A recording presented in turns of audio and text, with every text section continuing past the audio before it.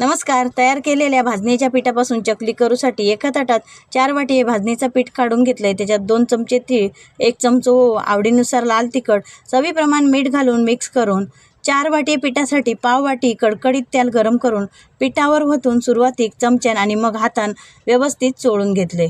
पीठ मळूसाठी 2 वाटी गरम पाणी घालून एकसारखे पीठ करून घेतले. परत पाव वाटी पाणी घालून घट पीठ मळून 15-20 मिनिटं झाकून ठेवले.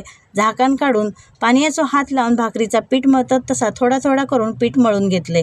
चकलीच्या चकत्या आणि सोऱ्याक वाज तेलाचा हात लावले. चकत्याची खरखरीत बाजू बाहेरच्या साईडने लावून सोऱ्यात पीठ भरून घेतले आणि मध्यम आकाराची चकली गाळून घेतले. तेल गरम झाल्यावर गॅस मोठो करून सगळी चकली सोडून घेतले. चकली सोडून झाल्यावर मध्यम गॅसवर बुडबुडे कमी होईसर खरपूस अशी दोनही बाजून अलटून पलटून चकली तळून घेतले. मस्तपैकी खुसखुशीत अशी भाजणीची चकली